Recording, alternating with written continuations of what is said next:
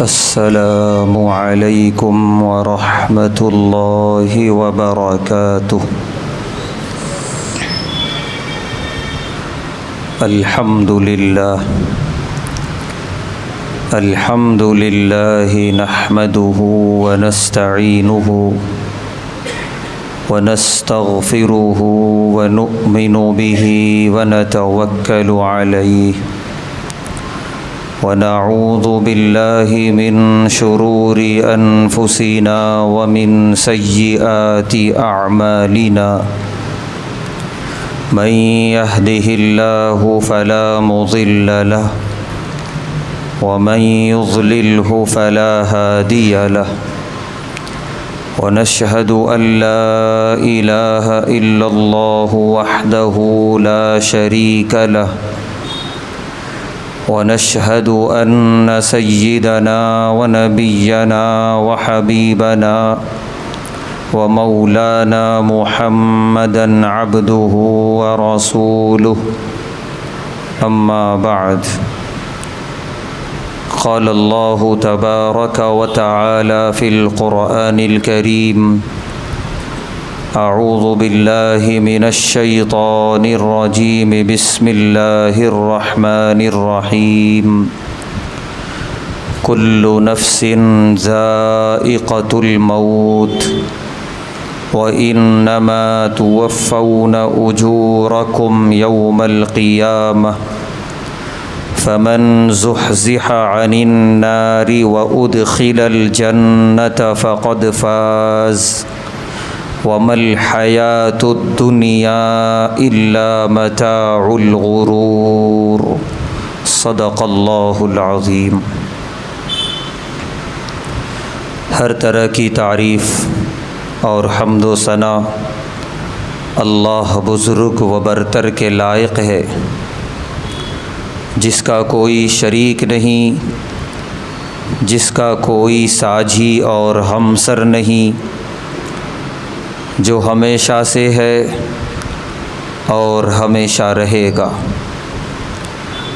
بے شمار درود و سلام نازل ہوں اللہ کے آخری پیغمبر جناب محمد الرسول اللہ صلی اللہ علیہ وسلم پر، اور آپ کے تمام صحابہ اور اہل بیت پر۔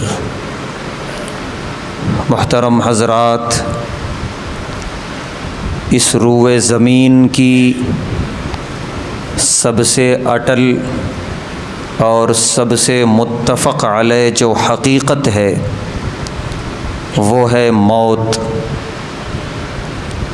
اس روئے زمین پر بسنے والے کروڑہا کروڑ انسان، چاہے وہ کسی بھی مسلک و مشرب کے ہوں، کسی بھی دین اور مذہب کے ہوں، کسی کے اندر اتنی جرأت اور ہمت نہیں ہے کہ وہ موت کے بارے میں اختلاف کر کے دکھا دیں۔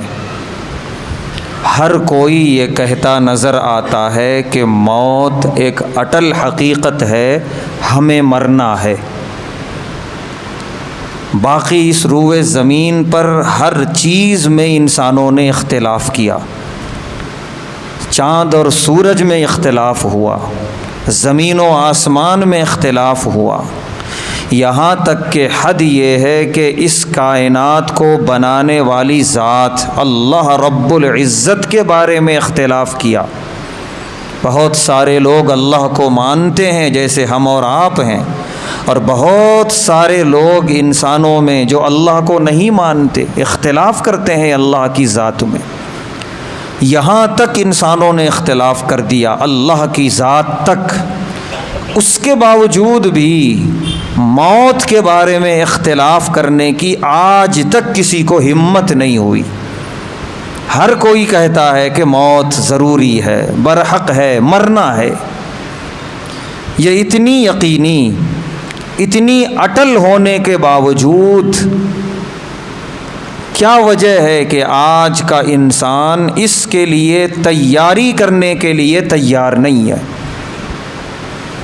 جبکہ اللہ نے فرمایا کل نفس ذائقۃ الموت، ہر نفس کو موت کا مزہ چکھنا ہے۔ صرف انسان نہیں کہا، نفس یعنی جس مخلوق کے اندر بھی روح ہے، انسان ہو، چرند ہو، پرند ہو، معمولی سے معمولی قسم کا کیڑا ہو، ہر ایک کو موت آنی ہے۔ اس کے بعد آگے اللہ فرما رہے ہیں وَإِنَّمَا تُوَفَّوْنَ أُجُورَكُمْ يَوْمَ الْقِيَامَةِ، یہ مت سمجھ لینا کہ مر گئے بات ختم ہو گئی، بلکہ بات شروع ہے وہاں سے۔ کل قیامت کے دن تمہارے ساتھ حساب و کتاب ہوگا، تم جس بدلے کے، جس جزا کے مستحق ہو پورا پورا دیا جائے گا۔ گناہ کا بدلہ پورا پورا، نیکیوں کا بدلہ پورا پورا ادا کیا جائے گا۔ فمن زحزح عن النار، اللہ اپنا فیصلہ سنا رہے ہیں کہ اس روز جو جہنم سے بچا لیا گیا، وَأُدْخِلَ الْجَنَّةَ، اور جنت میں داخل کر دیا گیا، فقد فاز، وہی کامیاب ہے۔ اب اس دنیا کے اندر کامیابی ناکامی، کامیابی ناکامی یہ ہماری اور آپ کی بنائی ہوئی ہے۔ جس کو ہم کامیابی کہہ رہے ہیں وہ کچھ نہیں ہے آخرت کی کامیابی کے مقابلے میں۔ کسی نعمت کا مل جانا، کسی نعمت کا چھن جانا، یہ اس صبح و شام کا یہ دور ہے اس روئے زمین پر، یہ نہ کامیابی ہے نہ ناکامی ہے، یہ امتحان ہے۔ اللہ فرما رہے ہیں جسے جہنم سے بچایا گیا، جنت میں داخل کیا گیا، وہی کامیاب۔ اور آخری فیصلہ اللہ کا وَمَا الْحَيَاةُ الدُّنْيَا إِلَّا مَتَاعُ الْغُرُورِ، کہ یہ دنیا کی زندگی ایک دھوکے کا سامان ہے۔ دھوکا مطلب کیا؟ ایک تو ہے آدمی کسی سے دھوکا کھاتا ہے، کسی نے اس سے وعدہ کیا پورا نہیں کیا، دھوکا کھایا۔ یہاں دھوکے کا مطلب ہے کہ وقتی رونق، وقتی لذت، وقتی خوشنمائی اور زینت، 2 دن 4 دن 8 دن، اس کے بعد ختم۔ وہ رونق بھی ختم، وہ لذت بھی ختم، وہ خوشنمائی بھی ختم، بلکہ بسا اوقات وہ خوشنمائی ابھی کچھ باقی ہے، ہم ختم۔ تو نہ ادھر پائیداری ہے نہ ادھر پائیداری ہے، تو دھوکہ یہ نہیں تو اور کیا ہے؟ اب اس ناپائیداری کو، اس عارضی خوشنمائی کو، لذت کو جو سب کچھ سمجھ بیٹھا، وہ بہت بڑے دھوکے میں ہے۔ اللہ فرما رہے ہیں یہ دنیا کی زندگی ایک دھوکے کا سامان ہے۔ ہر نفس کو موت کا مزہ چکھنا ہے، یہ اتنی اٹل حقیقت۔ ہر روز ہزاروں کی تعداد میں مرحوم اور جنازے گھروں سے اٹھائے جا رہے ہیں، قبرستان پہنچائے جا رہے ہیں۔ ایسا بھی نہیں ہے کہ ہم کو زندگی ملی ہے 1000 سال کی، جو قوم نوح کو ملی تھی، قوم عاد کو ملی تھی۔ یہ زندگی پیارے نبی صلی اللہ علیہ وسلم نے فرمایا اعمار امتی من 60 الی 70، میری امت کی جو اوسط عمر ہوگی 60 سے 70 کے درمیان۔ بہت بڑی مدت نہیں ہے، بہت مختصر سی مدت ہے یہ 60 سال 70 سال، وہ بھی وہ جو جی لیا، ورنہ موت جوانی میں بھی آتی ہے، موت بچپن میں بھی آتی ہے۔ اگر نہیں آئی، جی لیے، تو 60 سے 70 سال، اس سے زیادہ بہت کم۔ تو اتنی اٹل حقیقت اور اتنی قریب ہے ہماری آنکھوں سے، پھر بھی ہم موت کے لیے تیاری نہیں کر رہے ہیں۔ وجہ کیا ہے؟ خود قرآن نے بیان فرمایا، خود پیارے نبی صلی اللہ علیہ وسلم نے بیان فرمایا، وجہ ہے دنیا کی لمبی لمبی خواہشات، لمبی لمبی امیدیں، جب تک یہ دل میں رہیں گی مرنے کی تیاری کرنے نہیں دیں گی۔ یہاں تک کہ آدمی مرے گا بڑی گھٹن کی حالت میں، قسم پرسی کی حالت میں، کہ میری تمنا تو یہ بھی تھی، میری خواہش تو یہ بھی تھی، میری امید تو یہ بھی تھی، یہ بھی رہ گیا، یہ بھی رہ گیا، یہ بھی رہ گیا، میرا وقت آخر آ گیا۔ انتہائی پچھتاوے کی موت مرتا ہے یہ۔ اور ایسی موت جو دنیا میں خواہشات کو بھری ہوئی لے کر جا رہی ہو، یہ ایمان کی موت نہیں کہلاتی، یہ دنیا کی لذت کی موت کہلاتی ہے۔ اسی لیے پیارے نبی صلی اللہ علیہ وسلم نے فرمایا، اچھی موت کی تمنا کرتے ہو، اقصر العمل، اپنی خواہشات کو کم سے کم رکھو، جتنا ہو سکے خواہشات پہ کنٹرول اور قابو رکھو، موت بڑی آسان اور سکون والی انشاءاللہ آئے گی۔ قرآن میں اللہ نے فرمایا کہ جب شیطان کو اللہ تبارک و تعالی اپنے دربار سے بھگا رہے تھے، حضرت آدم علیہ السلام کی تخلیق کے بعد اس نے کچھ وعدہ کیا تھا، جس میں سب سے پہلا وعدہ جو اللہ سورہ نساء میں نقل کرے، وَلَأُمَنِّيَنَّهُمْ، اے اللہ میں آدم کی اولاد کو اس طرح بہکاؤں گا، اس کے دل میں خواہشات پیدا کروں گا، دنیا کی خواہش، دنیا کی نعمتوں کی خواہش، دنیا کی لذتوں کی خواہش۔ اور سورہ آل عمران میں اللہ نے فرمایا زُيِّنَ لِلنَّاسِ حُبُّ الشَّهَوَاتِ، کہ جتنی خواہشات کی چیزیں ہیں انسان کے لیے، شیطان ان سب کو مزین کر کے خوبصورت بنا کے پیش کرتا ہے، اتنا خوبصورت بنا کے کہ انسان اپنے دنیا میں آنے کے مقصد اصلی کو بھول جاتا ہے اور اسی خواہش کے پیچھے بھاگتا ہے، دوڑتا ہے، گرتا ہے، اٹھتا ہے، پھر بھاگتا ہے، بس تمنا یہ ہے کہ وہ خواہش پوری ہو، وہ تمنا پوری ہو، وہ امید پوری ہو۔ کبھی خواہش پوری نہیں ہوتی۔ پیارے نبی صلی اللہ علیہ وسلم نے فرمایا خواہشات اتنی دور ہیں، آپ نے ہاتھ سے اشارہ کیا اور ایک ہاتھ کو آپ نے گردن کے پاس رکھا، فرمایا موت یہاں ہے، خواہشات وہاں ہیں، بھاگا جا رہا ہے خواہشات کے پیچھے، اور ادھر موت گھات میں بیٹھی ہے، اس کا وقت آئے اور میں دبوچوں۔ وہ بھاگتا رہتا ہے خواہشات کے پیچھے اور موت آ کر اسے دبوچ لیتی ہے، ختم ہو جاتا ہے، سب دھرے کی دھرے رہ گئے، تمنائیں، آرزوئیں، ارمان، خواہشات، اور اس کا جنازہ اٹھا دیا گیا۔ تو اسی وقت شیطان نے اللہ سے یہ وعدہ کیا تھا کہ میں ان کے دلوں میں خواہشات پیدا کروں گا دنیا کی، کہ یہ لوگ موت کے بارے میں کبھی نہ سوچنے کے لیے تیار ہوں گے نہ آمادہ ہوں گے۔ کبھی وقت ہوا کرتا تھا کہ علاقے میں ایک موت سارے لوگوں کو ہلا دیا کرتی تھی، صحابہ کرام ایک جنازے میں جا کے آتے اور مغموم رہا کرتے تھے کئی دنوں تک۔ اور ایک وقت یہ بھی ہے جو ہم گزار رہے ہیں، عین قبرستان میں کھڑے ہو کر لوگ دنیا کی اور خواہشات کی باتیں کرتے ہیں، موت کیا یاد آئے گی؟ ایک رسم ہے جو پوری ہو رہی ہے، کفن دفن ہو رہا ہے، غسل دیا جا رہا ہے، جنازے کی نماز پڑھی جا رہی ہے، قبرستان پہنچایا جا رہا ہے، دفن ہو رہا ہے، یہ سب ایک رسم ہے جو پوری کی جا رہی ہے۔ اس پورے عمل کے دوران بندہ ایک لمحے کے لیے سوچنے کو تیار نہیں ہے کہ ہو نہ ہو اگلا دن ہو اور اس ڈولے میں لیٹا ہوا ہوں۔ قبرستانوں میں کھڑے ہو کے خواہشات کی باتیں ہو رہی ہیں، یہ زمین اتنی، وہ گھر اتنے کا، یہ کاروبار میں اتنا نفع، وہ کاروبار میں اتنا نقصان، جبکہ سامنے اتنی بڑی عبرت بیٹھی لیٹی ہوئی ہے ڈولے کے اندر کہ جا چکا ہے وہ انسان، اور کب ہمارا نمبر آئے کوئی نہیں جانتا۔ ایک موقع پہ پیارے نبی صلی اللہ علیہ وسلم نے صحابہ سے دریافت فرمایا کہ ذرا بتاؤ زندگی کی کتنی امید ہے تمہیں؟ کسی صحابی نے فرمایا کہ فجر کی نماز میں نے پڑھی ہے، انشاءاللہ اللہ نے چاہا میں ظہر پڑھ لوں گا۔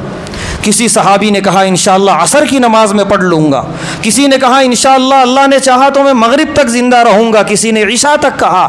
پیارے نبی صلی اللہ علیہ وسلم نے فرمایا بڑی لمبی لمبی امیدیں بانے بیٹھے ہو، مجھ کالی کملی والے کا یہ حال ہے کہ جو سانس اندر گیا واپس آئے گا کہ نہیں؟ اب صحابہ کرام کے کان کھڑے ہو گئے، اتنی غیر متوقع ہے موت، کبھی بھی کسی وقت اس کا جھٹکا لگ سکتا ہے۔ اس کے بعد صحابہ کرام کی تربیت ہوئی کہ نہیں، ایک نماز کے بعد دوسری نماز کی بھی امید لگا کے بیٹھنا یہ غفلت ہے موت سے۔ آدمی ہمیشہ موت کے لیے تیار رہے اور اس کے لیے ہمیشہ تیاری کرتا رہے۔ تو شرط اول یہی ہے کہ اپنے دلوں سے امیدیں ختم کی جائیں، اپنے دلوں سے خواہشات ختم کی جائیں۔ جب تک یہ خواہشات، یہ امیدیں دلوں سے ختم نہیں یا کم سے کم نہیں ہوں گی، تب تک موت کی تیاری کرنے نہیں دے گا یہ شیطان اور یہ نفس۔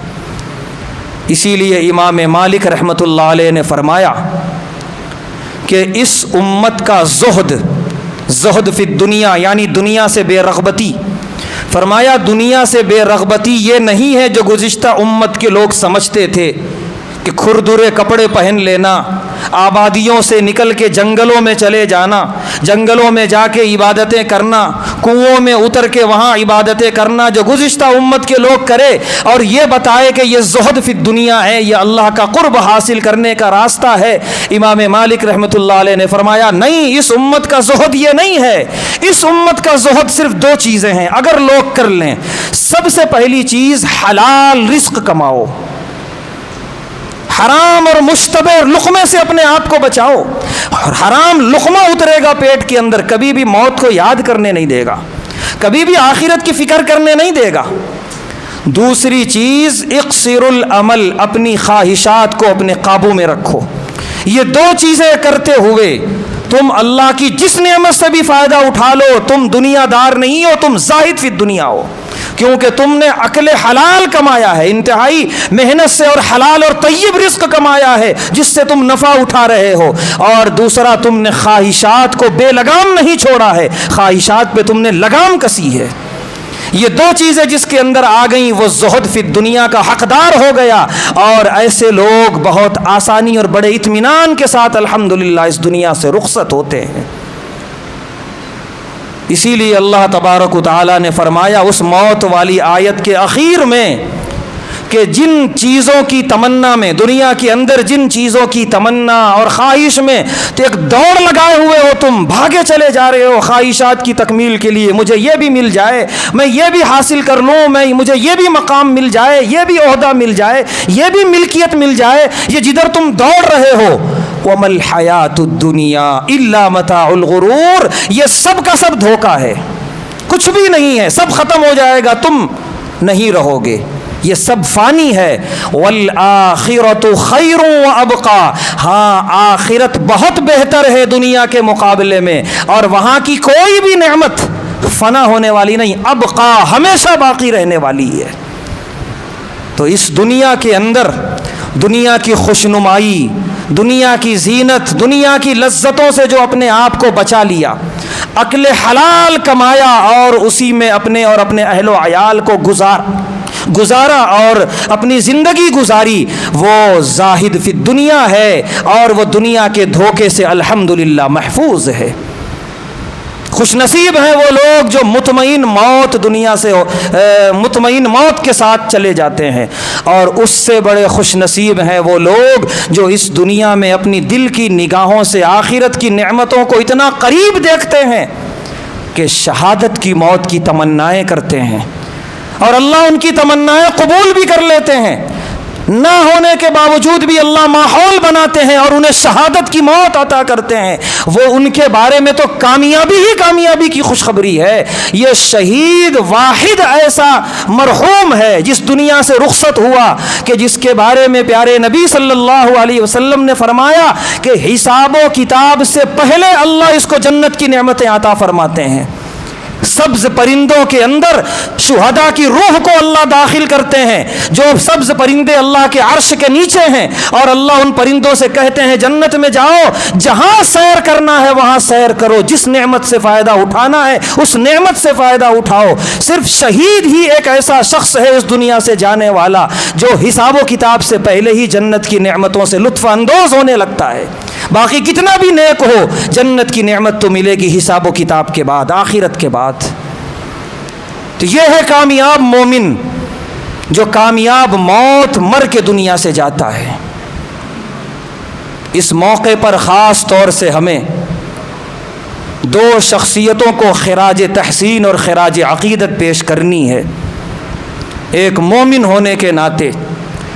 پہلی شخصیت جو عالمی شخصیت تھی، فلسطین کے ایک پناہ گزیں کیمپ میں پیدا ہوا وہ شخص اسماعیل ہنیہ، جسے معلوم تھا اسرائیلی بربریت اور ظلم کیا ہے، جس کی تمنا تھی، جس کی دعائیں ہیں، آج دعائیں زندہ ہیں، دعاؤں میں مانگا کرتا تھا الموت فی سبیل اللہ، اللہ کے راستے میں مر جانا۔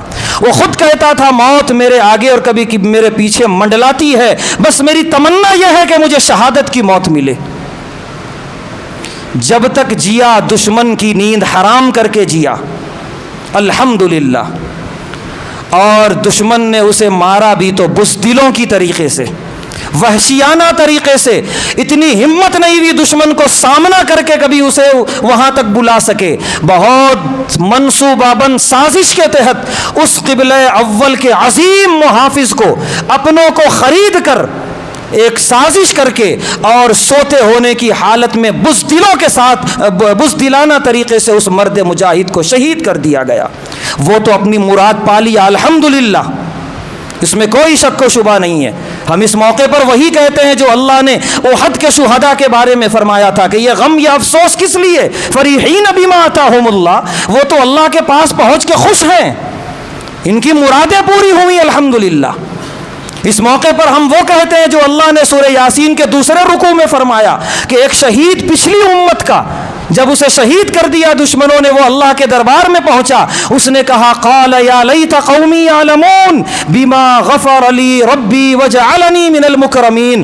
اے کاش میری قوم کو معلوم ہو جاتا کہ اس راستے میں اللہ نے کتنی عزت رکھی ہے، کیسے اللہ نے مجھے معاف کیا. وجعلنی من المکرمین، اور انتہائی مکرم اور مقرب لوگوں میں مجھے شامل فرمایا. وہ مقام ملا، اللہ نے اس کو وہ مقام دیا.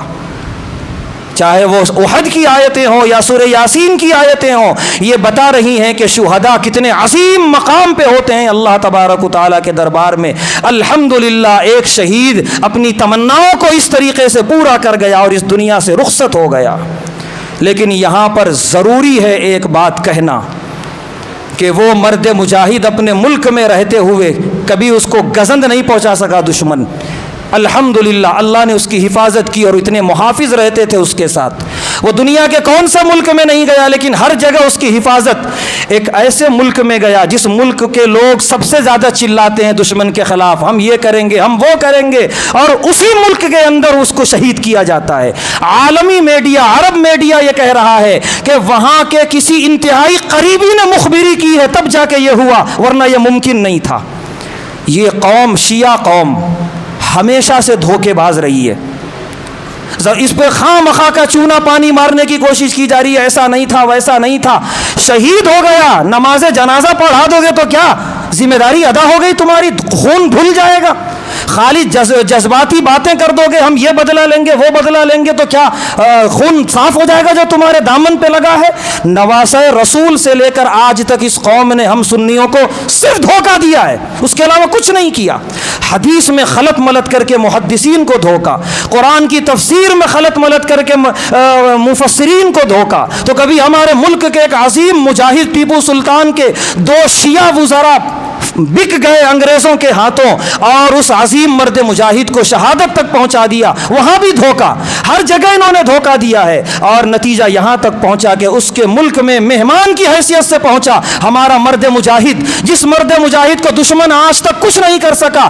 ہزاروں اس کے پاس ہزاروں قسم کی ترقیاتی اور اس کے پاس مشینیں ہونے کے باوجود، لیکن ایک ایسے ملک میں جہاں سب سے زیادہ چلاتے ہیں، وہیں پر جو ہے اس کو شہید کر دیا گیا.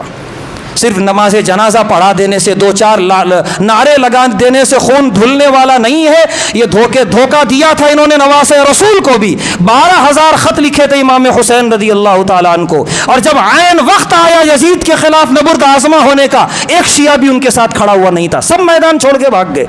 دھوکے باز قوم ہے یہ ہمیشہ سے. اگر کوئی نہ سمجھنے کے لیے تیار ہے تو نہ سمجھے، لیکن پوری تاریخ بھری ہوئی ہے اس کے دھوکے سے. کبھی بھی ان پر بھروسہ نہیں کرنا. عین جب وقت آتا ہے یہ میدان میں نظر نہیں آتے. خیر، اس مرد مجاہد نے اپنی تمنا پوری کی اور اپنے جینے کا حق ادا کیا الحمدللہ، اور ایک ایسی موت مرا کہ مرنے کے بعد دشمن کہہ رہا ہے ہمارے لیے اور مصیبت کی گھڑی آ گئی ہے. ہم اس کی شہادت کو سلام کرتے ہیں. جیے تو تم نیند حرام کیے، اور جب تم مرے ہو تو اور زیادہ نیند حرام کر کے گئے ہو. سلام ہے ایسی شہادت کو اور ایسے شہیدوں کو. اللہ سے دعا ہے کہ قبلہ اول کے تمام محافظین کو اللہ تبارک و تعالی اور حوصلہ عطا فرمائے اور مضبوطی کے ساتھ قبلہ اول کی حفاظت کی توفیق عطا فرمائے.